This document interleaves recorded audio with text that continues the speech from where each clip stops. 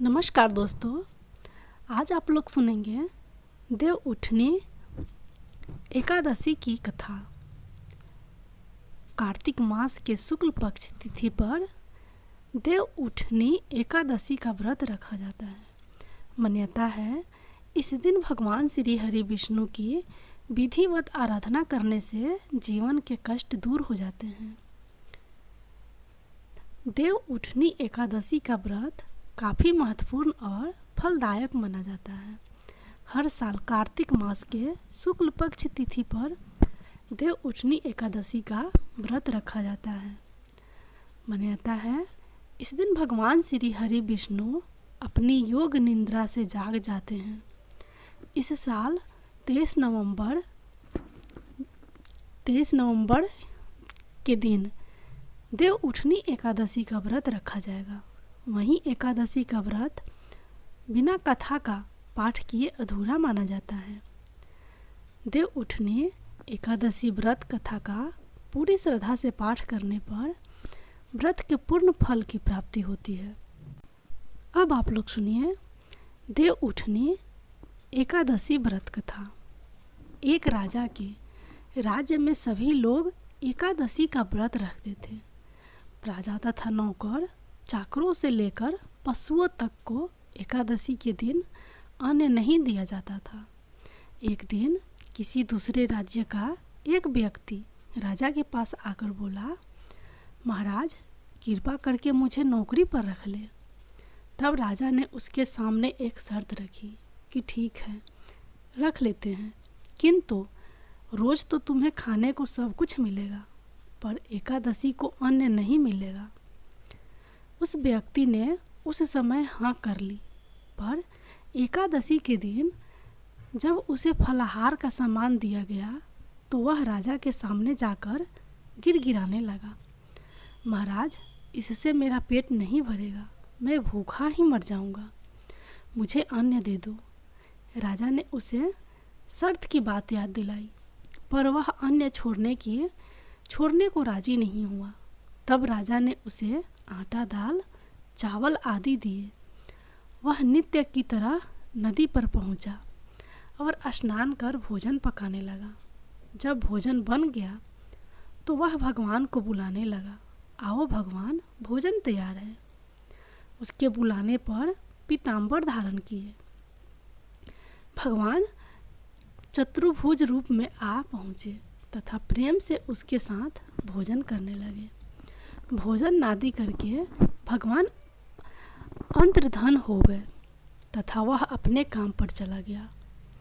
15 दिन बाद अगली एकादशी को वह राजा से कहने लगा कि महाराज मुझे दुगुना सामान दीजिए। उस दिन तो मैं भूखा ही रह गया। राजा ने कारण पूछा तो उसने बताया कि हमारे साथ भगवान भी खाते हैं, इसलिए हम दोनों के लिए ये सामान पूरा नहीं होता। यह सुनकर राजा को बड़ा आश्चर्य हुआ। वह बोला, मैं नहीं मान सकता कि भगवान तुम्हारे साथ खाते हैं। मैं तो इतना व्रत रखता हूँ, पूजा करता हूँ, पर भगवान ने मुझे कभी दर्शन नहीं दिए। राजा की बात सुनकर वह बोला, महाराज यदि विश्वास न हो तो साथ चलकर देख ले। राजा एक पेड़ के पीछे छिप कर बैठ गया। उस व्यक्ति ने भोजन बनाया तथा भगवान को शाम तक पुकारता रहा, परंतु भगवान न आए।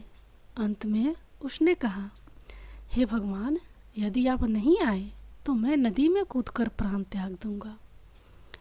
लेकिन भगवान नहीं आए। तब वह प्राण त्यागने के उद्देश्य से नदी की तरफ बढ़ा। प्राण त्यागने का उसका दृढ़ इरादा जान शीघ्र ही भगवान ने प्रकट होकर उसे रोक लिया और साथ बैठकर भोजन करने लगे। खा पीकर वे उसे अपने विमान में बिठाकर अपने धाम ले गए। यह देख राजा ने सोचा कि व्रत उपवास से तब तक कोई फायदा नहीं होता जब तक मन शुद्ध ना हो। इससे राजा को ज्ञान मिला। वह भी मन से व्रत उपवास करने लगा और अंत में स्वर्ग को प्राप्त हुआ। अब आप लोग सुनिए देव उठनी एकादशी का दूसरी कथा। एक राजा था, उसके राज्य में प्रजा सुखी थी। एकादशी को कोई भी अन्न नहीं बेचता था, सभी फलाहार करते थे। एक बार भगवान ने राजा की परीक्षा लेनी चाहिए। भगवान ने एक सुंदरी का रूप धारण किया तथा सड़क पर बैठ गए। तभी राजा उधर से निकला और सुंदरी को देख चकित रह गया। उसने पूछा, हे सुंदरी, तुम कौन हो और इस तरह यहाँ क्यों बैठी हो? तब सुंदरी स्त्री बने भगवान बोले, मैं निराशिता हूँ। नगर में मेरा कोई जाना पहचाना नहीं है, किससे सहायता मांगूं? राजा उसके रूप पर मोहित हो गया था। वह बोला, तुम मेरे महल में चलकर मेरी रानी बनकर रहो। सुंदरी बोली, मैं तुम्हारी बात मानूंगी, पर तुम्हें राज्य का अधिकार मुझे सौंपना होगा। राज्य पर मेरा पूर्ण अधिकार होगा। मैं जो भी बनाऊंगी तुम्हें खाना होगा। राजा उसके रूप पर मोहित था, अतः उसकी सभी शर्त स्वीकार कर ली। अगले दिन एकादशी थी। रानी ने हुक्म दिया कि बाजारों में अन्य दिनों की तरह अन्न बेचा जाए। बाजारों में अन्य दिनों की तरह अन्न बेचा जाए। उसने घर में मांस मछली आदि पकवाए तथा परोस कर राजा से खाने के लिए कहा। यह देखकर राजा बोला, रानी, आज एकादशी है, मैं तो केवल फलाहार ही करूँगा। तब रानी ने शर्त की याद दिलाई और बोली, या तो खाना खाओ, नहीं तो मैं बड़े राजकुमार का सिर काट दूंगी। राजा ने अपनी स्थिति बड़ी रानी से कही तो बड़ी रानी बोली, महाराज, धर्म न छोड़े, बड़े राजकुमार का सिर दे दे। पुत्र तो फिर मिल जाएगा, पर धर्म नहीं मिलेगा। इसी दौरान बड़ा राजकुमार खेल कर आ गया। माँ की आंखों में आंसू देखकर वह रोने का कारण पूछने लगा, तो माँ ने उसे सारी वस्तु स्थिति बता दी। तब वह बोला, मैं सिर देने के लिए तैयार हूँ। पिताजी के धर्म की रक्षा होगी, जरूर होगी। राजा दुखी मन से राजकुमार का सिर देने को तैयार हुआ तो रानी के रूप से भगवान विष्णु ने प्रकट होकर असली बात बताई। राजन, तुम इस कठिन परीक्षा में पास हुए। भगवान ने प्रसन्न मन से राजा से वर मांगने को कहा तो राजा बोला, आपका दिया सब कुछ है, हमारा उद्धार करे। उसी समय वहाँ एक विमान उतरा। राजा ने अपना राज्य पुत्र को सौंप दिया और विमान में बैठकर परम धाम को चला गया। जय विष्णु भगवान। अब आप लोग सुनिए एकादशी की तीसरी कथा। भगवान श्री कृष्ण की पत्नी सत्यभामा को अपने रूप पर बड़ा गर्व था। वे सोचती थी कि रूपवती होने के कारण ही श्री कृष्ण उनसे अधिक स्नेह रखते हैं। एक दिन जब नारद जी उधर गए तो सत्यभामा ने कहा कि आप मुझे आशीर्वाद दीजिए कि अगले जन्म में भी भगवान श्री कृष्ण ही मुझे पति रूप में प्राप्त हो। नारद जी बोले, नियम यह है कि यदि कोई व्यक्ति अपनी प्रिय वस्तु इस जन्म में दान करे तो वह उसे अगले जन्म में प्राप्त होगी। अतः आप श्री कृष्ण को दान रूप में मुझे दे दो तो वे अगले जन्मों में जरूर मिलेंगे। सत्यभामा ने श्री कृष्ण को नारद जी को दान रूप में दे दिया। जब नारद जी उन्हें ले जाने लगे तो अन्य रानियों ने उन्हें रोक लिया। इस पर नारद जी बोले, यदि श्री कृष्ण के बराबर सोना व रत्न दे दो तो हम इन्हें छोड़ देंगे। तब तराजू के एक पलड़े में श्री कृष्ण बैठे तथा दूसरे पलड़े में सभी रानियां अपने अपने आभूषण चढ़ाने लगी। पर पलड़ा हट से मस नहीं हुआ। यह देख सत्यभामा ने कहा, यदि मैंने इन्हें दान किया है तो उबार भी लूँगी। यह कहकर उन्होंने अपने सारे आभूषण चढ़ा दिए। पर पलड़ा नहीं हिला। वे बड़ी लज्जित हुई। सारा समाचार जब रुक्मिणी जी ने सुना तो वे तुलसी पूजन करके उसकी पत्ती ले आई। उस पत्ती को पलड़े पर रखते ही तुला का वजन बराबर हो गया। नारद तुलसी दल लेकर स्वर्ग को चले गए। रुक्मिणी श्री कृष्ण की पटरानी थी। तुलसी के वरदान के कारण ही वे अपना व अन्य असरानियों के सौभाग्य की रक्षा कर सकी। तब से तुलसी को यह पूज्य पद प्राप्त हो गया कि श्री कृष्ण उसे सदा अपने मस्तक पर धारण करते हैं। एकादशी को तुलसी जी का विशेष व्रत व पूजन किया जाता है। अब आप लोग देव उठनी एकादशी की चौथी कथा सुनिए। देव उठनी एकादशी की एक प्रमुख कथा शंखासुर नामक राक्षस की है। शंखासुर ने तीनों लोकों में बहुत ही उत्पात मचाया हुआ था। तब सभी देवताओं के आग्रह करने पर भगवान विष्णु ने उस राक्षस से युद्ध किया और यह युद्ध कई वर्षों तक चला। युद्ध में वह असुर मारा गया और इसके बाद भगवान विष्णु विश्राम करने चले गए। कार्तिक शुक्ल एकादशी के दिन भगवान विष्णु की निद्रा टूटी थी और सभी देवताओं ने भगवान विष्णु की पूजा की थी। शिव महापुराण के अनुसार पौराणिक समय में दैत्यों का राजा दंभ हुआ करता था। वह बहुत बड़ा विष्णु भक्त था। कई सालों तक उसके यहाँ संतान नहीं होने के कारण उसने शुक्राचार्य को अपना गुरु बनाकर उनसे श्री कृष्ण मंत्र प्राप्त किया। यह मंत्र प्राप्त करके उसने पुष्कर सरोवर में घोर तपस्या की। भगवान विष्णु उसकी तपस्या से प्रसन्न हुए और उसे संतान प्राप्ति का वरदान दे दिया। भगवान विष्णु के वरदान से राजा दंभ के यहाँ एक पुत्र जन्म लिया। इस पुत्र का नाम शंखाचूर रखा गया। बड़ा होकर